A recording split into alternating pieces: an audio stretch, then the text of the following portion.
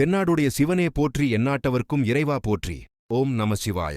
சிவபக்தர்கள் அனைவருக்கும் காலை வணக்கம். கார்த்திகை தீபம் என்பது சிவனின் பிரம்மாண்டமான அக்னி வடிவத்தை கொண்டாடும் ஒரு பண்டிகை ஆகும். இதன் முழு விவரத்தை இங்கு காண்போம். பிரளயம் ஒன்று உண்டாகி உலகில் உள்ள அனைத்து உயிர்களும் இறந்துவிட்டன. சகல லோகங்களும் நீரில் மூழ்கி சமுத்திரங்களாக காட்சியளித்தனர். அப்போது பிரம்மா கண்விழித்து பார்த்தார். பிரம்மாவுக்கு அனைத்தும் மறந்து போய்விட்டன. ஆனால் அவர் ஒரு படைக்கும் கடவுள் என்பதை மறக்கவில்லை. உலகம் அழிந்ததை பார்த்த பிரம்மா உடனே படைக்கும் வேலையை செய்யத் தொடங்கினார். வேறு யாராவது அங்கு இருக்கிறார்களா என தேடி பார்த்தார். அப்போது விஷ்ணு ஆதிசேஷன் மேல் படுத்து ஆழ்ந்த நித்திரையில் இருந்தார். அவரைக் கண்ட பிரம்மா உடனே அவரை எழுப்பினார். நீ யார் என்று விஷ்ணு பிரம்மாவை கேட்டார். இதைக் கேட்ட பிரம்மா, நான் தான் உன்னை படைத்த கடவுள் என்று கூறினார். விஷ்ணுவுக்கு மறந்த அனைத்தும் ஞாபகம் வந்தது. விஷ்ணு, நான் தான் உன்னை படைத்த கடவுள் என்று பிரம்மாவிடம் கூறினார். இதைக் கேட்ட பிரம்மா மிகவும் கோபம் ஊற்றார். விஷ்ணு சிறிதும் கோபப்படாமல், நீ என்னுடைய காவினமலத்திலிருந்து பிறந்தாய் என்று கூறினார். இந்த பேச்சு சண்டையாக மாறியதுபோது திடீரென்று ஒரு ஒளி பிம்பம் தோன்றியது. இதைப் பார்த்த இருவரும் ஆச்சரியமுற்று, நமக்கு மேல் சக்தி வாய்ந்தவர் யாரோ ஒருவர் இருக்கிறார் என்பதை உணர்ந்தனர். அதிலிருந்து சிவன் லிங்க வடிவில் தோன்றி, நீங்கள் எதற்கு சண்டையிட்டுக் கொண்டிருக்கிறீர்கள் என்று கேட்டார். உடனே விஷ்ணுவும் பிரம்மாவும் நடந்த கதையை கூறினார்கள். இதைக் கேட்ட சிவன், இதற்கு ஒரு வழி உள்ளது. யார் முதற்கடவுள் என்பதை கண்டுபிடிக்க என்று கூறினார். இதைக் கேட்ட இருவர்களும், சொல்லுங்கள், என்ன வழி உள்ளது, அதை நாங்கள் செய்கிறோம் என்று கூறினார்கள். உடனே சிவனும், இந்த ஒளியின் அடியையும் முடியையும் யார் முதலில் கண்டுபிடிக்கிறீர்களோ அவர்களே முதல் கடவுள் என்று கூறினார். இதைக் கேட்ட விஷ்ணு உடனே வெண்பன்றி அவதாரம் எடுத்து ஒளியின் அடியை கண்டுபிடிக்க சென்றுவிட்டார். பிரம்மாவும் அன்னப்பறவை அவதாரம் எடுத்து ஒளியின் முடியை கண்டுபிடிக்க சென்றுவிட்டார். அவர்கள் இருவரும் பல யுகங்கள் கடந்தும் அவர்களால் அடியையும் முடியையும் கண்டுபிடிக்கவில்லை. விஷ்ணு அதை உணர்ந்து உடனே ஆரம்பித்த இடத்திற்கு வந்துவிட்டார். ஆனால் பிரம்மா அதை ஏற்றுக்கொள்ள முடியாமல் தன் முயற்சி தொடங்கினார். அப்போது சிவன் முடியிலிருந்து தாழம்பூ ஒன்று வருவதைக் கண்டார். அதனிடம் சென்று, இந்த ஒளியின் முடியை அடைய இன்னும் எவ்வளவு தூரம் உள்ளது என்று கேட்டார் பிரம்மா. அதைக் கேட்ட தாழம்பூ, இதன் முடியை அடைய இன்னும் பல கோடி யுகங்கள் கடக்க வேண்டும் என்று கூறியது. இதைக் கேட்ட பிரம்மா, நம்மளால் முடியாது என்பதை உணர்ந்து கொண்டார். உடனே தாழம்புவிடம் ஒரு உதவி செய்யுமாறு கூறினார். தாழம்பூவும் சரி செய்கிறேன் என்று ஏற்றுக்கொண்டது. தாழம்பூவும் பிரம்மாவும் ஆரம்பித்த இடத்திற்கு திரும்பி வருவதற்காக பயணம் ஆரம்பித்தனர். இருவரும் ஆரம்பித்த இடத்திற்கு வந்து சேர்ந்தனர். அப்போது விஷ்ணு கூறினார், என்னால் அடியை காண முடியவில்லை என்று ஒப்புக்கொண்டார்.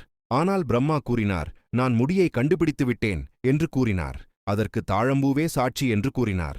தாழம்பூ, ஆமாம், அவர் முடியை கண்டுபிடித்து விட்டார், அதற்கு நானே சாட்சி என்று கூறியது. உடனே லிங்க வடிவத்தில் இருந்த சிவன் கூறினார், பிரம்மா பொய் சொல்கிறார் என்று கூறினார். இதை சற்றும் எதிர்பார்க்காத பிரம்மா ஆச்சரியத்தில் ஆழ்ந்தார். உடனே சிவன் லிங்க வடிவத்தில் இருந்து தன் முழு ரூபத்தை காட்சி தந்தார். ஆனால் அவர்களால் பார்க்க முடியவில்லை, ஒலி அதிகமாக இருந்ததால். உடனே இருவரும் தனது தவறை ஒப்புக்கொண்டு, நாங்கள் முதற்கடவுளில்லை என்று ஒப்புக்கொண்டனர். அப்போது சிவன் கூறினார், நானே முதற்கடவுள், நீங்கள் இருவரும் நான் படைத்தவர்கள் என்று கூறினார். பிரம்மாவுக்கும் அந்த தாழம்புக்கு மட்டும் சாபத்தை வழங்கினார். பிரம்மாவுக்கு, உனக்கு படைக்கும் கடவுளான நீ, உனக்கு எங்கும் கோயில் இருக்காது என்று ஒரு சாபத்தை வழங்கினார். பிறகு தாழம்பூவுக்கு, உன்னை எங்குமே கோவிலில் சாமி படைப்பதற்கு பயன்படுத்த மாட்டார்கள் என்றும் கூறினார். இதுதான் கார்த்திகை தீபத்தின் கதை. சிவன் தோன்றிய அந்த ஒளியே கார்த்திகை மாதம். கிருத்திகை நட்சத்திரத்தன்று சிவன் அக்னி வடிவில் காட்சி கொடுத்தார். இதுவே தீபத் திருநாளாக கொண்டாடப்படுகிறது. திருவண்ணாமலையில் இந்த நிகழ்வை குறிக்கும் வகையில் மலை மீது மகா தீபம் ஏற்றப்படுகிறது. இது சர்வலாய தீபம் என்றும் அழைக்கப்படுகிறது. தீபம் ஏற்றுதல் கார்த்திகை மாதத்தில், குறிப்பாக பௌர்ணமி மற்றும் கிருத்திகை நட்சத்திரம் கூடும் நாளில் வீடு மற்றும் கோவில்களில் அகல் விளக்குகள் ஏற்றி தீய சக்திகளை விரட்டி மங்களகரமான ஒளியை பரப்புகின்றன. அண்ணாமலையார் திருவண்ணாமலையில் கார்த்திகை தீப திருவிழாவின் போது அண்ணாமலையார் சன்னதியில் முதலில் ஒரு தீபம் ஏற்றி அதன் மூலம் 5 தீபங்கள் ஏற்றி பூஜை செய்வது வழக்கம். அதிகாலை பூஜை. இந்த நாளில் அதிகாலை நேர பூஜைகள் சிறப்பாக கொண்டாடப்படுகின்றன. பூஜையின் போது இனிப்புகள் மற்றும் பல்வேறு நெய் வைத்தியங்கள் படைக்கப்படும். மகா தீபம். திருவண்ணாமலையில் மலையின் உச்சியில் ஏற்றப்படும் மகா தீபம் கார்த்திகை தீபத் திருவிழாவின் முக்கிய அம்சமாகும். கார்த்திகை தீப நாளை ஒட்டி கார்த்திகை தீப பிரம்மமோற்சவ திருவிழா அண்ணாமலையார் கோயிலில் நடைபெறுகிறது.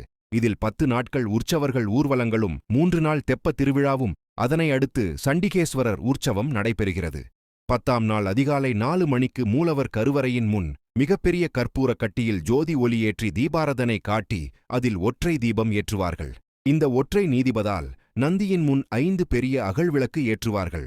அதன்பின் உண்ணாமலை அம்மன் சன்னதியில் 5 பெரிய அகல் விளக்கில் தீபம் ஏற்றுவார்கள். இந்த பரணி தீபம் காலையில் நடக்கும் பரணி தீபம் ஏற்றப்பட்ட பிறகு அதைக் கொண்டு பஞ்சமுக தீபம் ஏற்றப்படுகிறது. பரணி தீபத்தினை இறுதியாக பைரவர் சன்னதியில் வைக்கின்றனர். மகாதீபம் மகாதீபம் கார்த்திகை தீபத் திருவிழா நாளில் மாலையில் அண்ணாமலையார் மலையின் மீது ஏற்றப்படுகிறது. இம்மலை 2628 அடி உயரமானதாகவும் மாலை நேரத்தில் பஞ்சமூர்த்திகள் தீப மண்டபத்தின் எழுந்தருளுகின்றனர். அவர்களைத் தொடர்ந்து வருடத்திற்கு ஒரு முறை மட்டுமே காட்சி தருகின்ற அர்த்தநாரீஸ்வரர் உற்சவ கோலம் தீப மண்டபத்திற்கு எடுத்து வரப்படுகிறது. அவர் முன்பு அகண்ட தீபம் ஏற்றப்படுகிறது. இந்த தீபம் ஏற்றப்படுகின்ற அதே நேரத்தில் மாலையில் மகாதீபம் ஏற்றப்படுகிறது. நன்றி, வணக்கம் நண்பர்களே.